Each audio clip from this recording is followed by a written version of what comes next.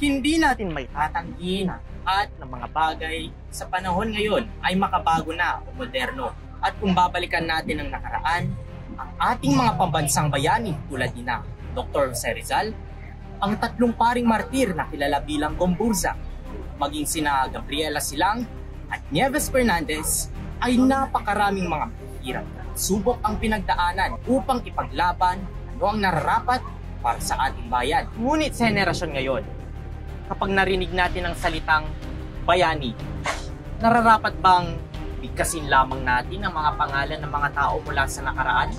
First and foremost, this is not just only my belief, no, when it comes to the criteria of a national hero, no, or a hero itself. Ito yung pinaka gusto kong part noong inadapt ng National Heroes Committee, which is a person or an individual offering his or herself, no, to the nation. No?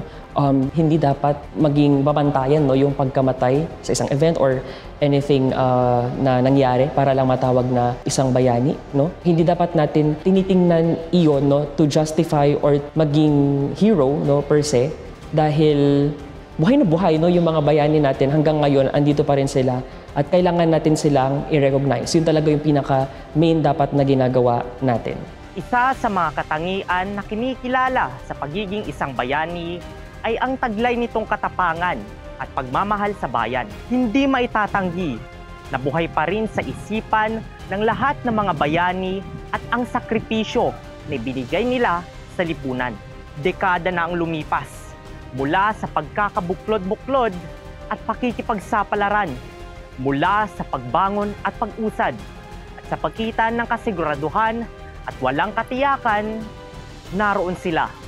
Kung kaya't, samahan niyo akong tuklasin ang makabagong bayani ng lipunan.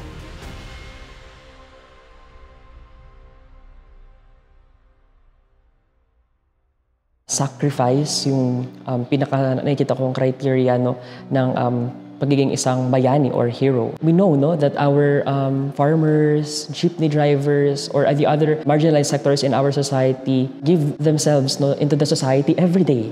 No? Every day meron silang pagsasakripisyo, no, para lang patulungan, no, yung komunidad. No? Our farmers help our community, no, to sustain yung ating everyday living, especially sa kakainin natin sa pang-araw-araw. Ikalawang ating mga mangingisda, ganun din, no? They brave the seas, no, to especially kapag malalaki yung alon, pero they continue to fish, no, para lang may maipakain sa kanilang pamilya at may maialagay, no, sa hapag. And of course, ating mga jeepney drivers, no, na until now, no, they are still struggling, no, doon sa kanilang trabaho, no, and kita nyo naman, no, very rampant yung issue ng pag-phase out ng mga jeepneys, no, and these marginalized sectors are being oppressed, no, and as being oppressed, they considered themselves, no, as the heroes of our modern society, no. As oppressed, of course, they also fight for the oppressed. Gaano po siya kahirap po bilang trabaho?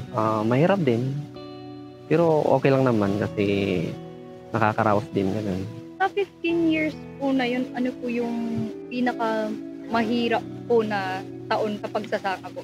Yun ang hindi ko na alam kung anong taon yun. Pero kahit anong taon naman, mahirap din pero okay lang.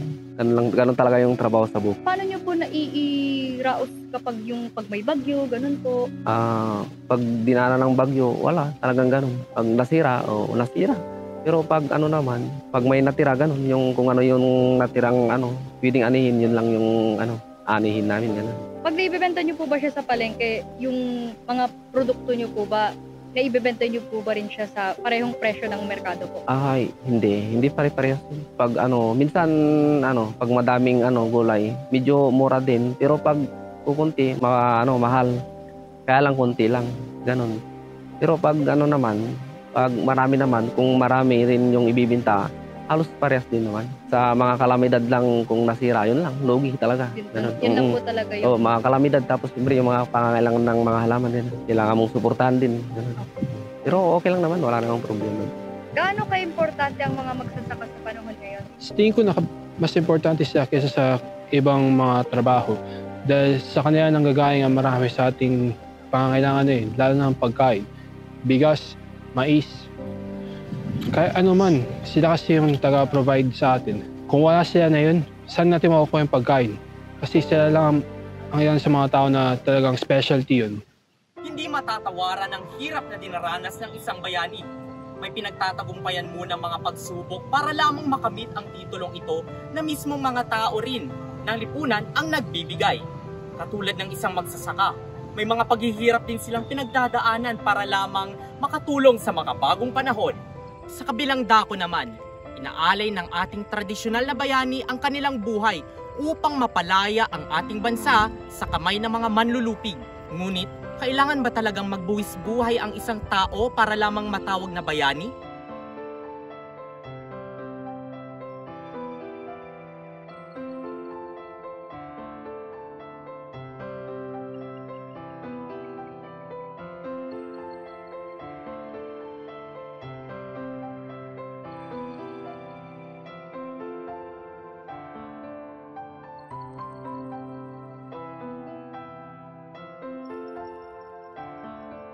Rolling. Actors ready.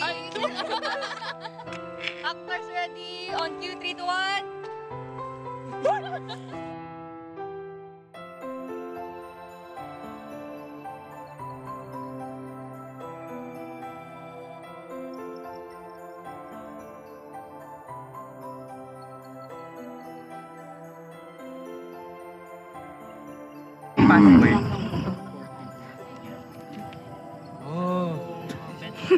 Para lamang makatulong sa makabagong lipunan ay panahon. Panahon!